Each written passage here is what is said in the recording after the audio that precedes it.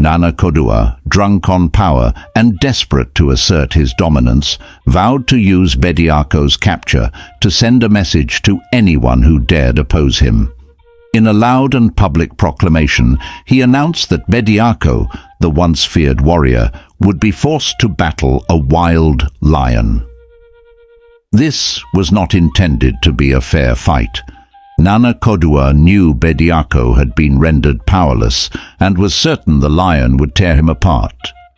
The gruesome spectacle was meant to humiliate Bediako further and cement the king's authority in the eyes of his people.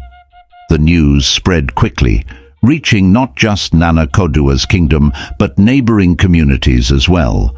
The thought of a man facing a lion, especially one as renowned as Bediako, drew intrigue and horror. Many whispered about the king's cruelty, condemning his decision as a blatant act of tyranny. Others, however, prepared to travel from far and wide to witness what they believed would be the end of a legend. While these preparations were underway, Ya Munumkum's name became a topic of discussion. Within her extended family, she was celebrated as the woman who brought down the great warrior. Nana Koduah's promise to elevate her family to the throne elevated her status among her relatives. Her name was spoken with pride in her household, but beyond her family, the wider community viewed her actions with shock and disapproval. Her betrayal was seen as a disgrace, a deliberate act of wickedness that had doomed a man who had only ever fought for justice. Meanwhile, Nana Koduah continued his cruel practices, selling petty offenders from his prisons to the Portuguese in exchange for guns and weapons. These deals strengthened his military power and solidified his alliance with the Europeans, who valued his cooperation. Eager to showcase his dominance, he invited the Portuguese to witness the fight between Bediako and the lion. For the Europeans, the spectacle would not only be entertaining but also a demonstration of how Nana Koduah controlled even the strongest of his people. As the day of the fight approached, a large wooden cage was constructed in the center of the king's courtyard. Within it, a ferocious lion roared, pacing back and forth, its golden mane gleaming in the sunlight. The beast was restless, hungry, and clearly enraged, its every move a terrifying display of power. The people who gathered to watch the preparations whispered anxiously, many unable to reconcile the cruelty of the event with their admiration for Bediako. On the eve of the fight, Bediako sat alone in his prison cell, his body weakened but his spirit unbroken. He reflected on his journey, the betrayal that had brought him here, and the gods he had once served so faithfully. With each passing hour, he grew more determined to face his fate with dignity. Even in chains, Bediako's mind was sharp, and he began to pray, seeking guidance from the ancestors. "Great ancestors," he whispered, his voice steady despite his pain. "I have fallen, not from battle, but from betrayal. If my time has come, let me face it with honor. But if there is still purpose in my life, show me a sign. Grant me strength, not for myself, but for the people who have suffered under Nana Koduah's rule. Let my spirit rise, even if my body fails." Unbeknownst to Bediako, whispers of discontent were growing louder among the people. Many questioned the king's decision, seeing his treatment of Bediako as a sign of weakness rather than strength. Some even began to pray for Bediako's survival, hoping that the gods would intervene on behalf of the warrior who had always fought for justice. The next day, as the crowd gathered to witness the spectacle, tension filled the air. Drummers beat their drums in a slow, ominous rhythm, building anticipation for the grim event. The Portuguese, seated alongside Nana Koduah, watched with curiosity and amusement, eager to see what they viewed as a savage tradition. Nana Koduah sat on his throne, his expression smug as he surveyed the crowd, confident that the sight of Bediako's defeat would solidify his image as an all-powerful king. As Bediako was dragged into the courtyard, the crowd erupted in murmurs. The once mighty warrior was now frail and shackled, his shoulders slumped, but his eyes defiant. He looked around, taking in the faces of his people. And for a brief moment, their murmurs turned into cheers of support.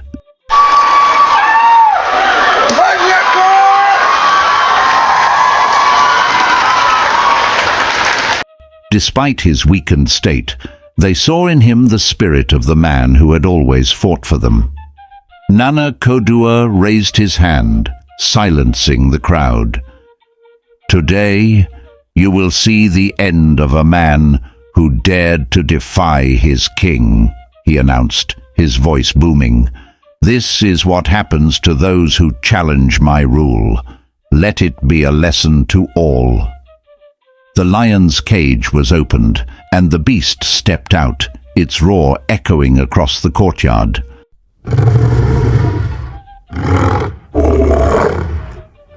The crowd fell silent, their hearts pounding as they watched the magnificent creature circle Bediako, its eyes locked onto him with predatory focus. Bediako, though weak, stood tall, refusing to cower. His prayer from the night before echoed in his mind, and he silently called upon the gods once more. The stage was set for a confrontation that would either mark his end or ignite a spark of resistance that no king could extinguish. The courtyard was electric with tension as the lion, caged and restless, was released. Its roar echoed across the grounds, reverberating through the hearts of the crowd. The mighty beast, a symbol of raw power, charged forward, its golden mane flowing and its fierce eyes fixed on Bediako. But then something happened that no one expected. Bediako roared back. His voice, deep and thunderous, shook the air and silenced the crowd.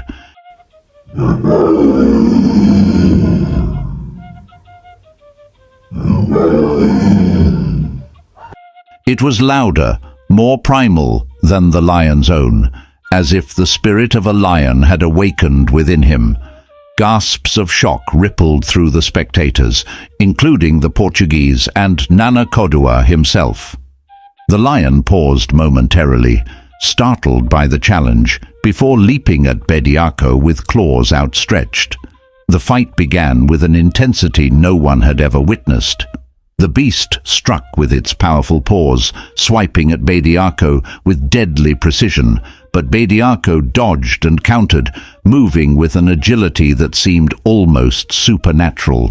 His bare hands became his weapons as he grappled with the lion, their movements so fierce it was like watching two lions battle for dominance in the wild forest. The crowd was paralyzed, unable to look away. The villagers murmured in awe, "No ordinary man can stand against a lion. He is not human. He is something else." The lion lunged again, its jaws snapping inches from Bediako's face, but the warrior pushed back, striking the lion with such force that the beast staggered. Blood trickled down Bediako's arms where the lion's claws had grazed him, but he stood firm, his eyes locked onto the beast with unrelenting focus. He roared once more, his voice like thunder rolling through the heavens, challenging the lion to come again. What no one knew, except the gods and the ancestors, was that Bediako's strength had been slowly returning. Though Yamunumkum's betrayal had weakened him, the abominable food she had fed him had worked its way out of his body over 7 days. The effects were temporary, and by the time of this fight, Bediako was no longer the powerless man Nana Koduah believed him to be. What also worked in his favor was the lion pelt that Okomfo Bediatuo had demanded as part of the rituals performed at Bediako's birth. That pelt, imbued with the spirit of a lion, was now woven into Bediako's very soul. He wasn't just fighting a lion, he was the lion. The fight grew more brutal with every passing moment. The lion swiped again, its claws grazing Bediako's side, tearing his flesh, but he didn't flinch. Instead, he leapt forward, grabbing the lion by its mane and wrestling it to the ground. The beast roared in frustration, clawing and thrashing, but Bediako held on, his muscles straining with every ounce of strength he possessed. The Portuguese governor leaned forward, his eyes wide with disbelief. "This is not possible," he muttered. "How can a man fight a lion with his bare hands?" Nana Koduah's smug grin faltered as he watched the battle unfold. He had expected an easy victory for the lion, a swift end to Bediako's defiance. But what he saw instead was a man who fought with the ferocity of a god. The battle raged on, neither side willing to yield. The lion pounced again, its powerful body colliding with Bediako, knocking him to the ground. The crowd gasped, many covering their mouths in fear. But Bediako, undeterred, grabbed the lion by its front legs and rolled with it, using his weight to throw the beast off balance. The ground shook beneath them as they wrestled, dust rising around them like a storm cloud. The lion, now panting and visibly tired, made one last desperate attack. It leaped high into the air, its claws outstretched, ready to deliver a fatal blow. But Bediako, fueled by the strength of the gods, caught the lion mid-air. The crowd erupted in cries of shock and amazement as Bediako held the mighty beast in his arms, his muscles bulging with the effort. With a roar that silenced even the lion, Bediako opened the lion's jaws wide with his bare hands and twisted. In one final act of bravery, he snapped the beast's neck, its body falling limp in his grip. The fight was over. The mighty lion, the king of the wild, lay dead at the feet of a man who had been deemed powerless just days before. The crowd was stunned into silence. Even Nana Koduah and the Portuguese were speechless. Then, slowly, the villagers began to cheer, their voices rising like a wave, chanting Bediako's name. "Bediako! Bediako! The gods are with him!" Some whispered in awe. "This is no ordinary man. This is a superhuman sent by the ancestors to punish the wicked." Bediako stood over the lion's body, his chest heaving, blood trickling from his wounds, but his spirit unbroken. He turned to face Nana Koduah, his gaze fierce and unyielding. "You thought I was weak, Nana Koduah," he said, his voice carrying across the courtyard. "You thought you could use betrayal and cruelty to break me, but the gods have spoken, and they stand with me. Today is not my end, it is yours." The crowd erupted into thunderous applause, their admiration for Bediako turning into a collective defiance, bloodied but against Nana Koduah's tyranny. His bravery and supernatural strength had not only captivated the hearts of the people, their loyalty also struck fear into the hearts of Nana Koduah's warriors. And as the villagers celebrated their hero, Nana Koduah's expression darkened. Even the European governor, who had come to witness Bediako's demise, watched with wide eyes, unable to fathom what he had just witnessed. In the silence that followed, Bediako stood tall, his chest heaving, his eyes scanning the faces of the crowd. The cheers and admiration swirled around him, but his heart was heavy with confusion. How had he become powerless before? Who had betrayed him? He replayed the moments of his capture in his mind, the failure of his bow and sword, the unexplainable weakness that had left him vulnerable. The thought weighed on him. Someone close to him must have plotted his downfall. As Bediako made his way back to Niame Kurom, the people erupted into jubilation. They ran out to meet him, chanting his name. Their hero returned from what they believed to be certain death. Children danced in the streets, women sang songs of praise, and the elders looked on, nodding solemnly, acknowledging that the gods had indeed protected him. "Bediako," they cried, "you are not just a man. You are chosen by the ancestors. You are our savior."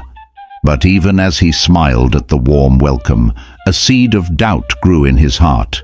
Who had betrayed him? Who had fed him the abominable food that left him powerless when he needed his strength most? Bediako resolved to uncover the truth no matter what it took. In the crowd, Ya-Munumkum stood frozen, her face pale as she saw Bediako alive and well. She had been celebrated within her family for bringing him down, yet now, here he was, returning stronger than ever, the people's hero. Shame and fear clashed within her, and she avoided his gaze, afraid that he might already know the truth. Bediako noticed her in the crowd, her face a mask of guilt. He approached her, his voice low but firm. "Ya-Munumkum," he said, his piercing gaze locking onto hers. "I was weak when I should have been strong. I was betrayed, and I need to know the truth. Who fed me the food that weakened me? Who plotted against me?" Ya stammered, struggling to find her voice. I don't know, Bediako," she lied, her heart pounding. "I would never betray you." But Bediako's instincts told him otherwise. He could see the fear in her eyes, the tremble in her hands. Though he had no proof, he made a silent vow to watch her closely. If she had been part of the plot, she would not escape justice. Back in his palace, Nana Koduah sat on his throne, trembling with anger and fear. The spectacle he had planned to humiliate Bediako had backfired spectacularly. His authority was now in question, and even his closest allies began to doubt his strength. The Portuguese governor, though impressed by the fight, was displeased that Nana Koduah had failed to eliminate the warrior. Nana Koduah sent an urgent message to Ya-Munumkum's family. His voice was filled with fury as he dictated the words. "You assured me that Bediako was powerless. You lied to me, and now he has humiliated me before my people and the Europeans. You must act quickly to bring him to me, or your family will suffer the consequences. Do not fail me again." The message reached Ya-Munumkum's father, who called a meeting with his family. Tensions were high as they realized the gravity of their situation. If they could not deliver Bediako to Nana Koduah, their alliance with the king would crumble, and their family's claim to the throne would be lost. Ya-Munumkum, still reeling from Bediako's return, remained silent, guilt gnawing at her. She had played a dangerous game, and now it was spiraling out of her control. As Nana Koduah's message spread, the people of Nyamikrom rallied around Bediako, determined to protect their hero. The once powerful king now found himself isolated, his own people questioning his authority. But Nana Koduah was not ready to give up. He began plotting his next move, desperate to regain control and eliminate the man who had become a symbol of resistance. Bediako, now aware of the danger that still loomed over him, prepared for the battles ahead. He knew that Nana Koduah and his allies would stop at nothing to destroy him, but he also knew that he had the strength of the gods and the will of his people on his side. As Bediako and Ya-Munumkum's relationship deepened, their love blossomed into something extraordinary.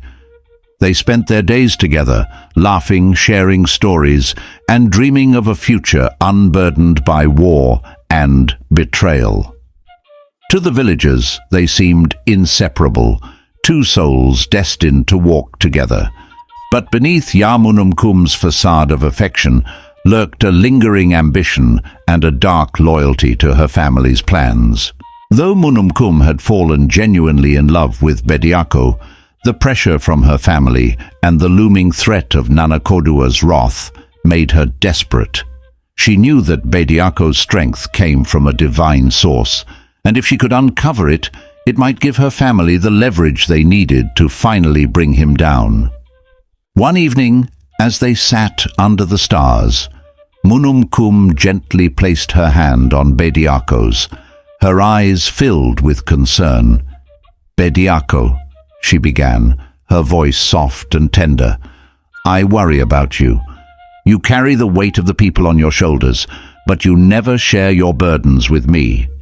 If we are to stand together, I need to know, what gives you your strength?" Bediako, sensing her curiosity, grew cautious. His instincts warned him that there was more to her question than concern. He decided to test her loyalty with a carefully crafted lie. "Yeah," he said, his voice steady. "My strength comes from many places, the gods, the ancestors, and my purpose. But there is one place that binds it all together. Occasionally I visit a giant tree deep in the forest. It is said to hold the spirit of the gods, and when I pray there, I gain their favor. However," he paused, pretending to hesitate, "if I return to the tree during the wrong time, like the month approaching now, I become powerless. It is part of the rituals I must perform, but it leaves me vulnerable." Munumkum's eyes widened slightly, but she quickly masked her reaction with feigned concern. "That sounds dangerous, Bediako. Why must you go if it risks so much?" "I have no choice," he replied, his tone grave. "It is the will of the gods." Munumkum nodded, but inside her mind raced. That night she slipped away and informed her family of Bediako's supposed weakness. Her father, eager to please Nana Koduah, sent a messenger with the information, confident that it would lead to Bediako's downfall. When the message reached Nana Koduah, he was ecstatic. "So the mighty Bediako has a weakness after all," he sneered. "Send my best warriors to the giant tree on the appointed day. Ambush him and bring him to me alive. This time I will ensure he meets his end by my own hand." The days passed, and as the appointed time approached, Bediako made his way to the giant tree. The forest was dense and silent, the air heavy with tension. He knew the trap had been set, but he walked calmly, his confidence unshaken. As he reached the tree and knelt to pray, the warriors, hidden among the trees, crept closer, their swords drawn. Suddenly they charged, their voices breaking the silence as they rushed toward him. But before they could strike, Bediako rose to his feet and turned to face them. His eyes burned with a fierce light, and a roar escaped his lips, a sound so powerful that it froze the warriors in their tracks. "You thought I would be powerless?" Bediako shouted, his voice booming like thunder. "You thought you could ambush me like a coward? Come and let me show you the strength of the gods." The warriors hesitated, but their leader barked an order and they surged forward. The first warrior swung his sword at Bediako, but the blade glanced off his skin as if striking solid iron. The sound of metal meeting unyielding flesh echoed through the forest, leaving the attackers stunned. Bediako moved like a force of nature. His every strike was precise, his every movement fluid and unstoppable. He grabbed one warrior by the arm, flinging him into the air as if he weighed nothing. Another charged with a spear, but Bediako caught it mid-thrust, snapping it in two before delivering a blow that sent the man sprawling. The battle raged on, the forest becoming a battlefield of chaos and dust. The warriors slashed, stabbed and swung their weapons, but nothing could penetrate Bediako's skin. It was as if his entire body had become a blade, sharp and impenetrable.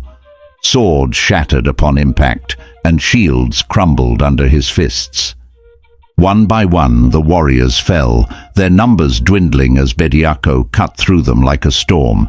His roars shook the ground, his strength unrelenting. Blood stained the earth as he fought with the ferocity of a lion and the precision of a god.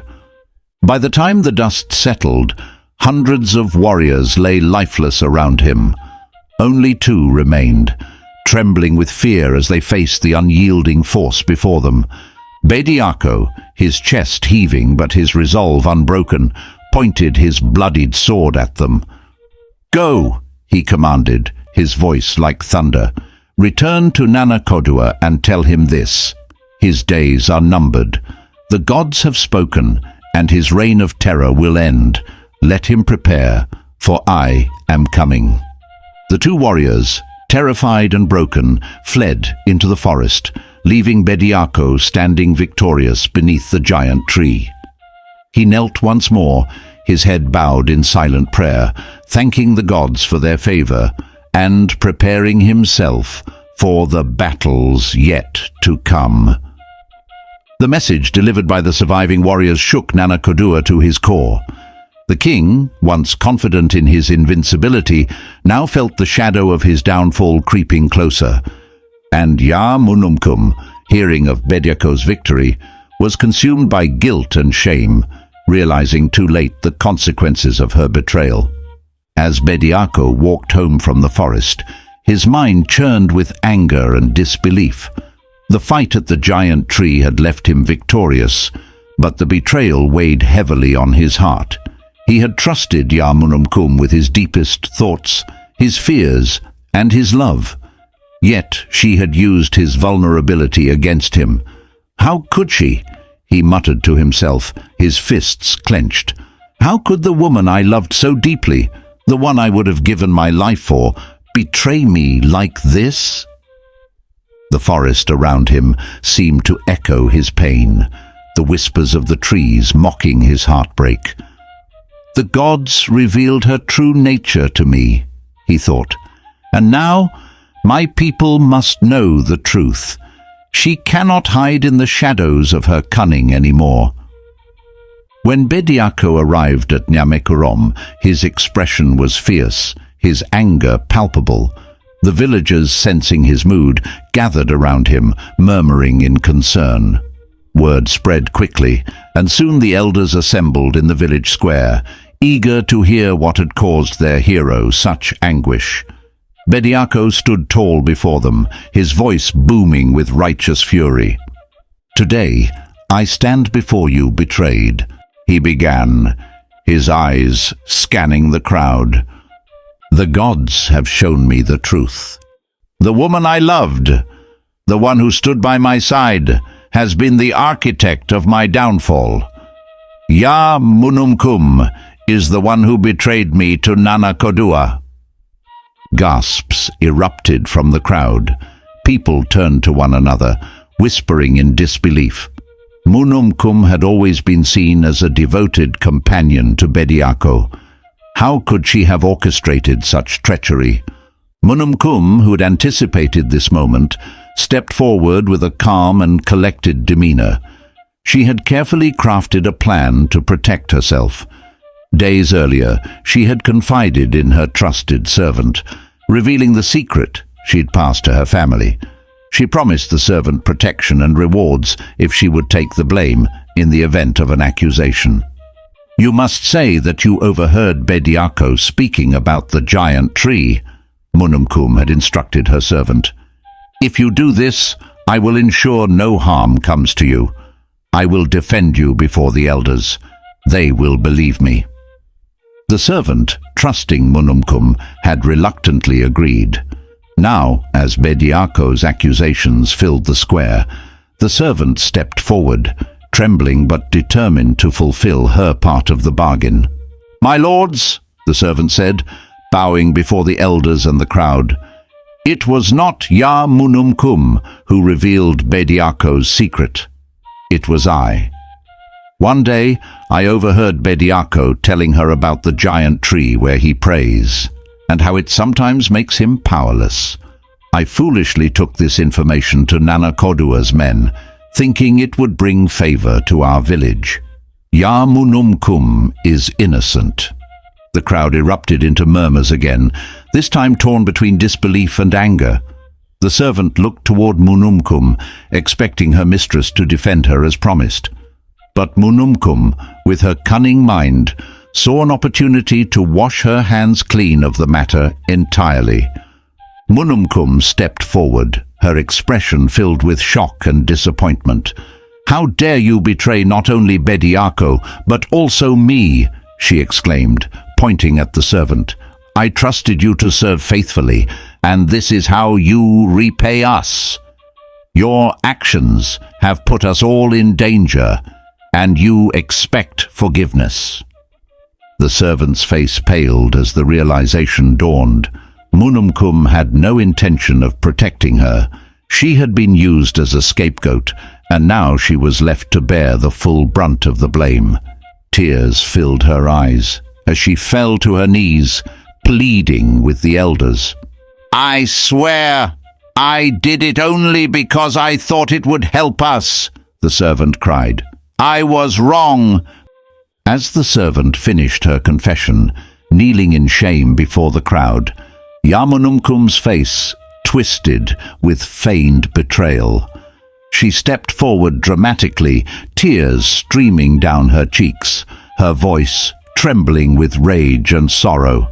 "You wretched traitor!" she cried, her voice echoing through the village square. "You dare to betray not only me, but the man I love and our entire village. You deserve no mercy." Before anyone could react, Munumkum lunged toward one of the warriors standing nearby and snatched his sword. The crowd gasped, their shock palpable as she turned toward the servant. In a swift, brutal motion, she drove the blade into the servant's chest. The servant gasped, her eyes wide with pain and disbelief, as she crumpled to the ground. The square fell into stunned silence. No one moved. No one spoke. The once jubilant villagers stood frozen, horrified by the sudden violence. Even the elders were at a loss for words, their expressions a mix of shock and unease. Munumkum stood over the servant's lifeless body, her breathing heavy, the bloodied sword trembling in her hands. "This," she declared, her voice cold and sharp, "is what happens to those who betray us. Let this be a warning to anyone who dares to conspire against Bediako or this village." While the crowd struggled to process what had just happened, deep within her heart, Munumkum felt a twisted satisfaction. The servant's death had silenced the one person who could expose her secret. For her, this was not just about punishment, it was about self-preservation. To Munumkum's surprise, her bold act of violence stirred something in Bediako's heart. He saw her actions as a passionate defense of their love and loyalty.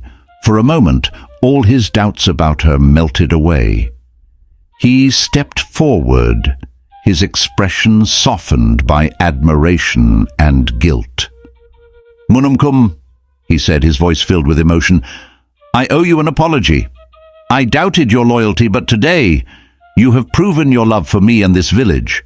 I should never have questioned you." Munumkum, always quick to adjust her demeanor, wiped her tears and looked up at him with a pained expression.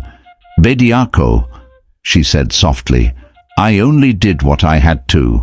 I would never let anyone harm you." The crowd began to murmur again, their shock slowly giving way to reluctant acceptance. Some saw Munumkum's actions as cruel and unnecessary, but others admired her fierce loyalty to Bediako. For Bediako, however, the moment solidified his trust in her even more deeply. Despite his growing affection for Munumkum, Bediako couldn't shake the sense of unease that had crept into his heart since his betrayal. Feeling the weight of the recent events, he decided it was time to leave Nyamekurom and start anew. He approached his father, Brewu, with his plan. "Father," Bediako said, This village has been good to us, but I can no longer stay here. Too much has happened, and I feel that I must build a place where we can start fresh. I will take a few trusted people with me and begin a new village." Brewu's eyes darkened with concern. He had long suspected Munumkum's duplicity, and this new development only deepened his fears. He leaned in, his voice low and urgent. "Bediako, listen to me. I know you love Munumkum, but you cannot trust her. Her actions have been too calculated, too convenient. Stay here, where you are surrounded by people who truly care for you. Do not let her lead you astray." Bediako shook his head, his resolve firm. "Father, you are wrong about her. She has proven her love for me time and again. Munumkum would never betray me. I will not abandon her." Despite his father's warnings, Bediako began preparing for his departure. Word spread quickly through the village, and the people were devastated. They pleaded with him to stay, their love and admiration for him evident in their tearful voices. "Bediako, don't leave us," one elder begged. "You are our protector, our hope. This village will never be the same without you." Women wept openly, and children clung to his legs, their small hands tugging at his heart. But Bediako, determined to follow his path, gently reassured them. "I will always carry this village in my heart," he said, his voice steady but filled with emotion. "But I must go. The gods have a greater plan for me, and I must fulfill my destiny." Munumkum, ever the actress, played her part well. She comforted the villagers, promising them that she would stand by Bediako's side and help him build something even greater. "Do not worry," she said sweetly. "We will carry the spirit of this village with us wherever we go." But deep in her heart, Munumkum's true intentions remained. She had no desire to help Bediako build a new life. Her loyalty was to her family and Nana Koduah, and she saw this journey as the perfect opportunity to deliver Bediako into the king's hands. As the sun set on the day of their departure, the villagers gathered one last time to bid farewell to Bediako and Munumkum. They sang songs of sorrow and gratitude, their voices carrying through the night like a mournful prayer. Bediako, carrying the weight of their love and loss, walked away with his lover, Munumkum, and a small group of trusted followers. The people wept as they watched him disappear into the horizon, their hearts heavy with both hope and despair. Little did Bediako know that he was leaving behind angels and embarking on a journey with a demon. The love he had for Munumkum had blinded him, and he failed to see the betrayal lurking in her heart. As the Akans wisely say, "Aboa bi beka wa na ofiri, won tomamu." The ant that bites you hides within your own cloth. Bediako was unknowingly stepping from the frying pan into the fire, trusting someone who wore the disguise of love while sharpening the blade of deceit. Sometimes the people we cherish and sacrifice everything for are the very ones secretly causing our downfall.